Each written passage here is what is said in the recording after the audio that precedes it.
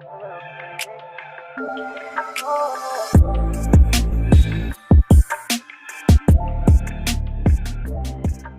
how's it going, everybody? Welcome back to the channel. We got another Google Pixel video for you guys today. It is my favorite subject to discuss. We are focusing on the Google Pixel 7a. And at the launch of this device, it had a lot of people scratching their heads, literally saying to themselves, why is this thing even here?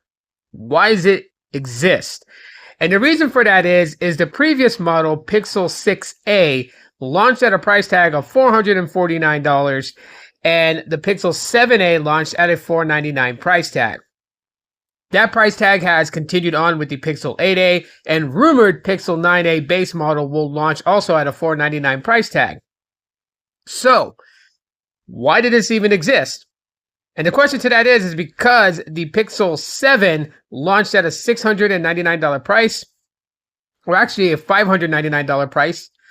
And so it was only a $100 difference between this and the base flagship model. But a lot has changed from then to now, as the Pixel 7a has stamped itself in the line of the history of the A-series Pixel devices.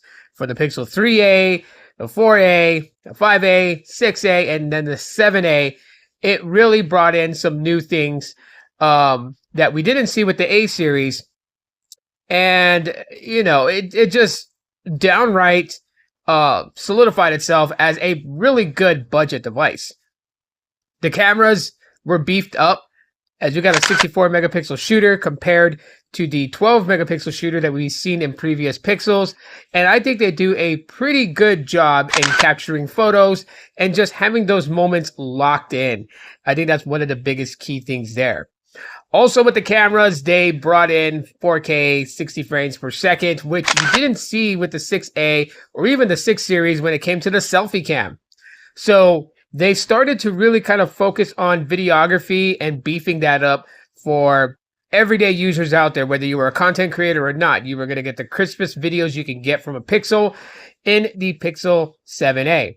Now, while this was a $500 launch, over time, prices dropped and deals happened, and you were able to get this device at a much cheaper rate. You were able to find it for like $350 on certain sales, and you know what? That's pretty good, and I think that's the reason why that there are people who still enjoy using their Pixel 7a, especially for the price that they paid for it. Of course, it ran, with the Tensor G2 and an Exynos modem, so 5G connectivity was a little on the fritz. I would say that we saw great improvements in 5G connectivity with the Pixel 8a with the Exynos 5300i modem. But you know what? You were still able to do the things that you needed to do. So no problems at all whatsoever as far as doing, social media and such like that.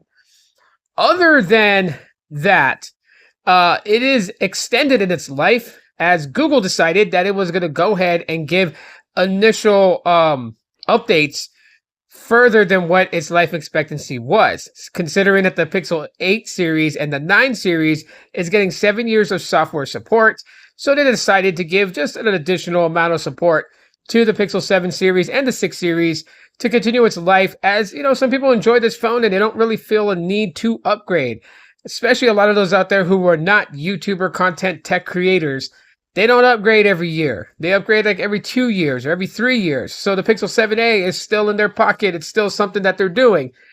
That is something that I would say, makes this phone great. The fact is that it really just kind of started leveling up the A-series devices and made it to where, you were getting a lot out of it. If you got it on sale. If you paid $499, don't feel bad. I mean, I did.